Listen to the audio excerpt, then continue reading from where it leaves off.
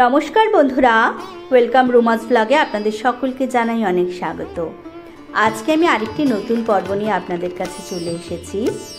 আজকের পর্বে আমি আপনাদের সামনে তুলে ধরব 2025 সালের রামনবমীর সম্পূর্ণ সময়সূচি, রামনবমীর পুজো করার শুভ মুহূর্ত কখন থাকবে, আর তুলে ধরব রামনবমীর দিন কোন কাজ করা একেবারেই উচিত নয় এবং কোন কোন কাজ করলে সংসারে সুখ সমৃদ্ধি এবং উন্নতির জোয়ার আসবে এবং প্রভু রামের পরম কৃপা লাভ করবে, তাতে ব্যক্তির সমস্ত দুঃখ কষ্ট এবং সমস্যা দূর হয়। প্রতি বছর চৈত্র মাসে শুক্লপক্ষের নবমী তিথিতে প্রভু রামের বিশেষ পূজার্চনা করা হয়ে থাকে।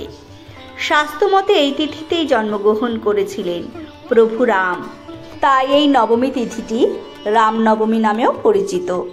এবার আমি আপনাদের সামনে তুলে ধরব রামনবমীর সম্পূর্ণ সময়সূচি। উদয় তিথি অনুযায়ী রামনবমী পালিত হবে 2025 সালের 6 এপ্রিল রবিবার। পঞ্জিকা মতে রামনবমীর তিথি শুরু হবে 5 এপ্রিল শনিবার রাত্রি 7:25 থেকে এবং রামনবমীর তিথি সমাপ্ত হবে 6 এপ্রিল রবিবার রাত্রি 7:23। রামনবমীর পুজোর শুভ মুহূর্ত হল 6 এপ্রিল রবিবার সকাল 11:03 থেকে দুপুর 1:41 পর্যন্ত। এবার আমি আপনাদের সামনে তুলে ধরব রামনবমীর দিন কোন কোন কাজগুলো করবেন এবং কোন কোন কাজগুলো ভুলে। রামনবমীর দিন অবশ্যই উপোস থেকে প্রভুর পুজো করুন। এই দিন প্রভুকে হলুদ রঙের বস্ত্র প্রদান করুন এবং প্রভুর কপালে হলুদ রঙের চন্দন লাগান। সেই চন্দন বাড়িতে সবার কপালে লাগান। এই দিন অবশ্যই 108 বার রাম নাম জপ করবেন। এই দিন কিছু সময়ের জন্য হলেও শ্রী রামচন্দ্রের ধ্যান করুন। অনেকেই এই দিন দোলনার উপরে রাম মূর্তি রাখেন, এটি শুভ বলে ধরা হয়।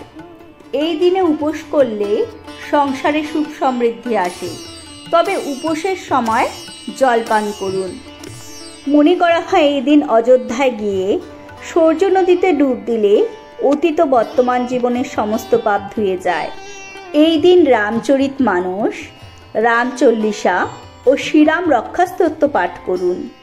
পাশাপাশি হনুমান চালিসাও পাঠ করে দরিদ্রকে দান করলে পুণ্য হয়। এই দিন অবশ্যই কুমারী মেয়েদের ভোজন করাবেন। তার সঙ্গে অসহায় এবং দরিদ্র মানুষদের সাহায্য করুন নিজের সাধ্যমতো। রামনবমী তিথিতে রামের আশীর্বাদ পাওয়ার জন্য উপবাস করে রামচরিত মানুষের পুজো করুন। পাশাপাশি ঠাকুর ঘরে রাম, লক্ষ্মণ, সীতা ও হনুমানের ছবি প্রতিস্থাপন করুন। রামনবমীর দিন কোনো রকমের তামসিক খাবার, আমিষ ও অ্যালকোহল গ্রহণ করবেন না। তরকারিতে পেঁয়াজ ও আদা দেবেন না। এই দিন অবশ্যই চুল দাড়ি নখ কাটবেন না। এই দিন কটু কথা, ঝগড়া কলহতে লিপ্ত হবেন না। আমি আমার ভিডিওটি এখানেই শেষ করছি।